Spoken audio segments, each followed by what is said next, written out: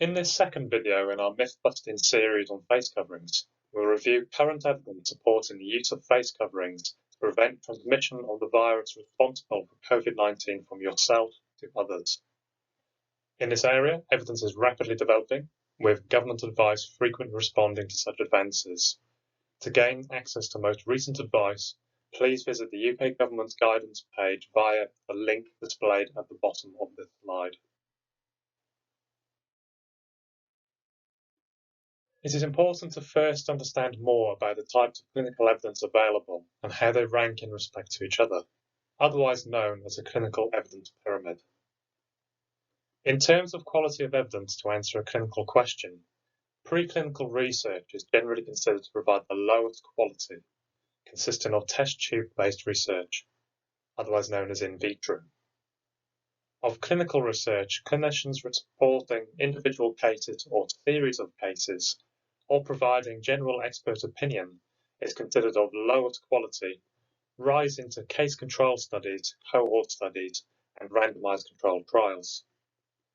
Case control and cohort studies are observational in nature and attempt to record individuals exposed or not exposed to particular risk factors, for example, wearing or not wearing face coverings, and then seek to assess such factors against presence of disease, for example, becoming infected with COVID-19.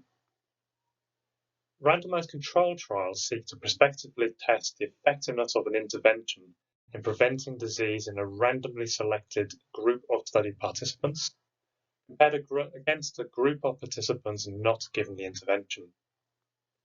Participants and researchers are also frequently blinded to the intervention.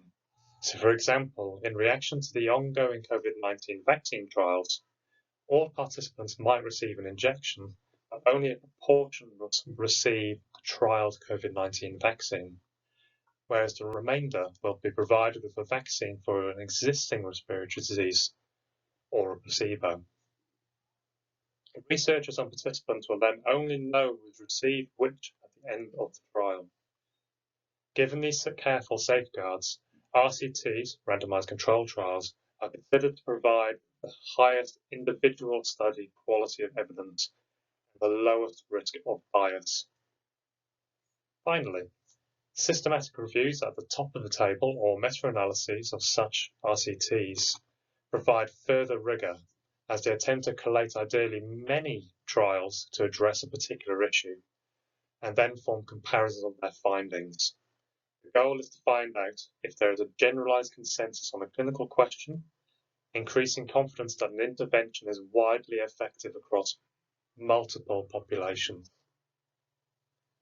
With the issue of face coverings, this is where we hit our first roadblock. Unfortunately, to date, there is a complete lack of highest quality evidence provided by RCTs and therefore meta-analyses for COVID-19. This does not mean there is no evidence, but rather no trials have yet been completed.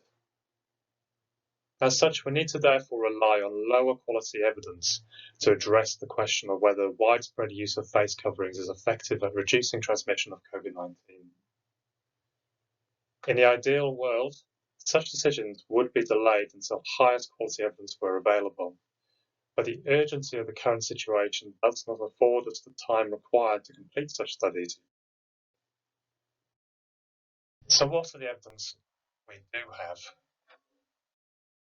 With regards to test tube or in vitro research, laboratory work has demonstrated that all available face coverings are able to block outward passage of droplets of varying sizes, including those of most relevance for COVID-19.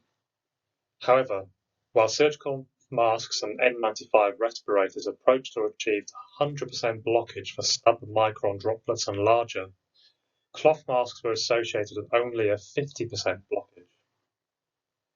While such lower cloth mask efficiencies could still be adequate for general public use, these findings did lead to a recommendation that cloth masks should not be used in high-risk environments, such as hospitals. It was also noted that cloth masks are likely to be of variable quality, and whilst the authors of the study did design what they considered to be a typical mask, such variability does increase the difficulty of assessing how effective cloth masks might be when used in real life. Although still relatively low on the clinical evidence pyramid, case reports and series from the current pandemic can provide important context to this debate. In support of social distancing alone not being enough to effectively reduce risk of infection was a recent example of a socially distanced choir attended by an unknowingly infected individual. COVID-19 infection was later confirmed in over 30 members of the choir, at least 2 of which have now sadly died. It should be noted that at least 30% of those infected are asymptomatic. That is, they show no recognized symptoms of COVID-19 while remaining able to infect others. As these people do not feel unwell, they are more likely to continue in their normal routines, potentially infecting others while doing so. These two pieces of evidence combined suggest a need to do more than simply to keep a distance from each other. Other circumstantial evidence does include the fact that many countries which were initially more stringent in their response to the pandemic, including mandatory wearing of face coverings, have generally observed smaller outbreaks. Proponents of face coverings argue that this serves as a de facto demonstration of their efficacy. However, as all disease control attempts have involved multiple interventions, for example, social distancing, closed workspaces, restricted travel, it is challenging to determine exactly which of these combined interventions might be effective, or indeed most effective. Corresponding with the highest quality of evidence currently available, though no meta-analyses of trials have been completed, some have been completed for case-controlled studies. Considered together, these do form a consensus of a low to moderate effect of face coverings in reducing virus transmission. Although it is accepted that this evidence is relatively weak, it has led some to suggest that given no clear overriding harm caused by wearing face coverings, some evidence of benefit justifies their use, known as the precautionary principle. Incidentally, this review also considered social distancing, which found a moderate reduce in risk of virus transmission between 0 and 2 meters, with the largest decrease in risk seen between 0 and 1 meters, broadly supporting current social distancing recommendations of between 1 and 2 meters between people.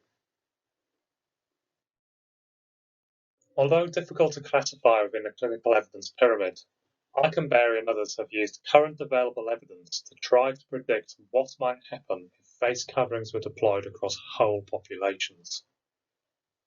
This study considered both variable proportions of the population that decided to use a face covering, between 20 and 80% of the population, and variable effectiveness of such coverings, again between 20 and 80%. When a simulated outbreak was constructed for New York State, it was found that even with face coverings of 20% effectiveness, used by 20% of the population, peak daily deaths would decrease compared to no face coverings being worn at all, with these decreases becoming progressively larger as face coverings became more effective and widely used, arguably justifying their widespread deployment for the current outbreak. The authors also note that face coverings appear to be more effective when worn early in an outbreak. It is therefore unknown what impact face coverings might have when deployed relatively late in an outbreak, or in the early stages of any second wave of infections. On a practical level, it should be noted that in countries which did not initially introduce mandatory face coverings, such as the UK and the US, use of face coverings only slightly increased during the initial COVID-19 outbreak, comparing with a large proportion of the population using face coverings in countries where mandatory face covering was introduced, such as in China. These findings do seem to suggest that use of legislation is necessary to achieve widespread adoption of face coverings in public spaces. As you have probably learned by now, this issue is complex.